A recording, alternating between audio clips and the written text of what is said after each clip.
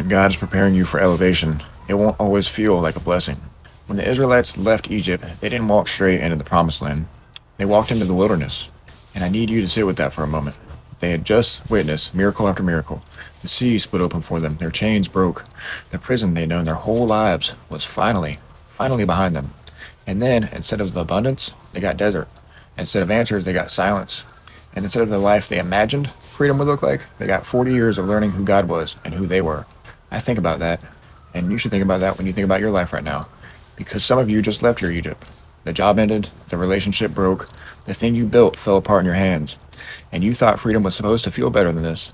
But here's what the wilderness was for. It wasn't for punishment for leaving. It wasn't proof that God had forgotten them. It was preparation for what they couldn't have handled if they'd gotten there too soon. The promised land required a different kind of people, not people shaped by comfort, people shaped by faith. People who had learned to trust a God they couldn't always see or explain. And the only place to learn that was in the wilderness. So let me ask you something.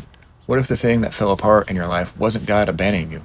What if it was God moving you out of your Egypt, away from what was familiar but wasn't free, into the wilderness, yes, but through the wilderness towards something you can't fully see yet? You don't know the promised land that's waiting on the other side. You only know the desert you're standing in. But God knows both, and He's been in the desert with you every single day. The pillar of cloud by day, the pillar of fire by night. He never left, not once. So if things have fallen apart and you've been wondering what you did wrong, maybe the better question is, what is He moving you toward? Because you didn't let it fall apart to destroy you. You let it fall apart to redirect you. The wilderness is not your destination. It's your preparation. And the promised land is real. You just haven't reached it yet.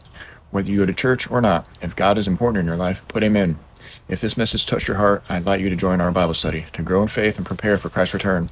You can send me a message on WhatsApp saying Bible study. My number's on the screen. God bless you and your family. Amen.